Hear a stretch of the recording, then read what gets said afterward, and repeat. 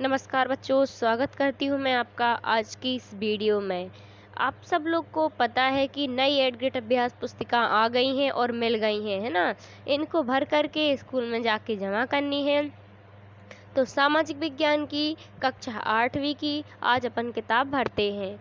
देखिए बच्चों, आप लोगों को पता है कि इसमें कितने चैप्टर हैं। इसमें पूरे 21 चैप्टर हैं। इस वीडियो के माध्यम से आज इतिहास का जो अपना चैप्टर है, प्रारंभिक कथन कब और कहाँ, ये वाला चैप्टर करने जा रहे हैं इस वीडियो के माध्यम से। तो अभी तक चैनल को सब्सक्राइब नहीं किया तो सबसे पहले चैनल को सब्सक्राइब करें, वीडियो को लाइक करें और कमेंट में जो भी प्रॉब्लम समस्याएं हों उनको हमें कमेंट में ज़रूर बताएं। और ज़्यादा से ज़्यादा वीडियो को दोस्तों के साथ शेयर करें, उनको भी इस चैनल के बारे में बताएं।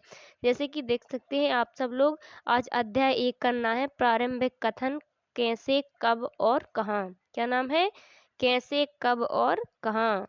चलिए, इसका पहला प्रश्न क्या है। जैसे आप सब लोग देख सकते हैं, पहला प्रश्न है, ब्रिटिश शासनकाल के प्रथम और अंतिम गवर्नर जनरल थे। कौन थे? तो यहाँ पे वॉरेन हेस्टिंग्स डलहौजी। तो इसमें डी नंबर सही हो जाएगा और यहाँ पे इस प्रकार इसको लिख देना है। फिर चलिए बच्चों, नेक्स्ट दूसरा क्वेश्चन। दूसरे क्वेश्चन में क्या है, ए हिस्ट्री ऑफ ब्रिटिश इंडिया पुस्तक के लेखक थे। कौन थे? जेम्स मिल। तो इसमें सी नंबर का अपना सही हो जाएगा, जेम्स मिल। इस प्रकार यहाँ लिख दीजिएगा। इसके बाद तीसरा प्रश्न देखते हैं, जब किसी देश पर दूसरे देश के द्वारा दबावपूर्वक आर्थिक, सामाजिक और राजनैतिक परिवर्तन किए जाते हैं तो इस प्रक्रिया को कहा जाता है। क्या कहा जाता है? औपनिवेशीकरण। सी नंबर का इसमें टिक करके यहाँ पर लिखना है। फिर चौथा प्रश्न क्या है, महत्वपूर्ण दस्तावेज को सुरक्षित रखा जाता है। कहाँ पे सुरक्षित रखा जाता है? अभिलेखागार में। अभिलेखागार में बी नंबर का टिक करके यहाँ पे अभिलेखागार लिख देना है। फिर पांचवा, गणतंत्रता अरे जनगणना कितने वर्ष के अंतराल में होती है? तो जनगणना 10 वर्ष के अंतराल में होती है। बी नंबर में टिक करके यहाँ पे इस प्रकार 10 वर्ष लिख देना है। चलिए बच्चों, नेक्स्ट देखते हैं, रिक्त स्थान। रिक्त स्थान में यहाँ पे आप ए नंबर का देखिएगा, क्या है? ब्रिटिश काल में हिंदू का पहला नक्शा किसने बनाया था? कैप्टन जेम्स रिरेल ने। किसने? कैप्टन जेम्स रिरेल ने। तो यहाँ पे कैप्टन जेम्स रिनेल लिख देना है। फिर बी नंबर का, अर्थशास्त्री जेम्स मिल क्या थे? North Water Bridge Forfarshire Scotland का निवासी था। फिर सी नंबर में, भारत में रेलगाड़ी का प्रचलन 16 अप्रैल 1853 में हुआ था, शुरू, है ना। फिर डी, ये history of India, British India में भारत के इतिहास को हिंदू, मुस्लिम और ब्रिटिश भागों में बांटा गया। यहाँ हिंदू, मुस्लिम, ब्रिटिश आ जाएगा। और ई नंबर के में, लॉर्ड वार्निंग हेस्टिंग्स सन 1373 ईस्वी में भारत के गवर्नर जनरल बने थे। कब बने थे? 1373 ईस्वी में। प्रश्न 7 आ गया है, क्या है? इतिहास के आधुनिक काल को विकास का युग क्यों कहा जाता है? तो इतिहास के आधुनिक काल में विज्ञान, तर्क, लोकतंत्र, मुक्त और समानता जैसी आधुनिकता की ताकतों का विकास हुआ, इसीलिए आधुनिक विकास का युग माना जाता है। तो इस प्रकार 7वां हो गया है। नेक्स्ट 8वां, सुलेख नवीश किसे कहा गया है?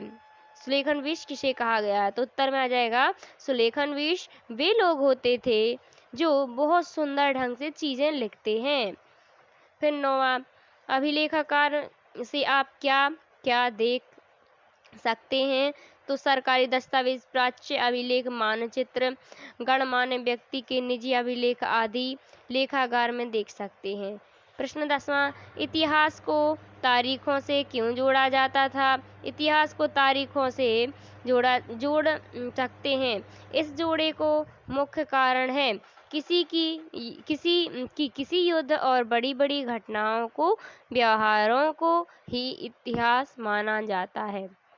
फिर 11वां, छपाई की तकनीक के प्रसार से जनता को क्या क्या लाभ हुए। तो छपाई की तकनीक प्रसार से संचार और पुस्तक उत्पाद में क्रांति आई। अखबार छपने लगे, महत्वपूर्ण लोगों की आत्मकथा स्थानीय बाजार में बिकने लगी।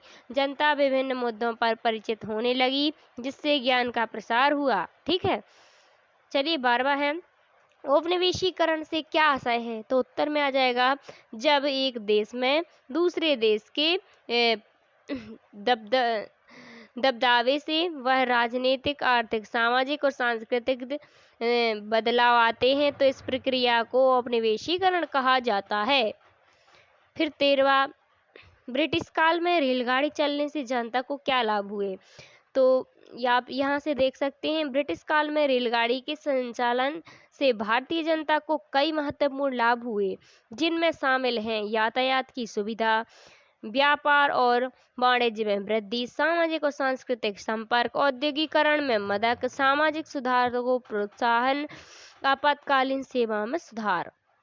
14वां, जनगणना द्वारा किस प्रकार की जानकारियां एकत्रित की जाती हैं। तो जनगणना द्वारा भारत के सभी प्रांतों में रहने वाले लोगों की जनसंख्या, उनकी जाति, इलाकों और व्यवहार के बारे में जानकारियां एकत्रित की जाती हैं।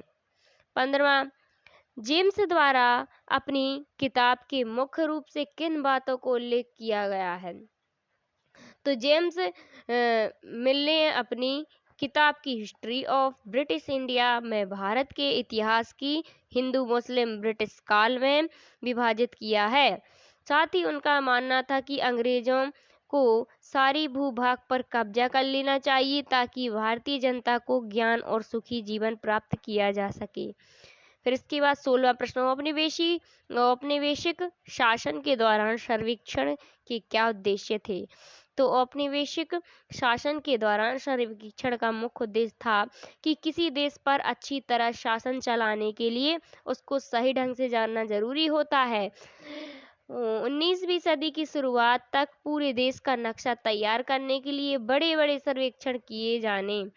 सर्वेक्षण में धरती की तरह मिट्टी की गुणवत्ता, वहां मिलने वाले पेड़ पौधों और जीव जंतु तथा स्थानीय इतिहास व फसलों का पता लगा जाता है।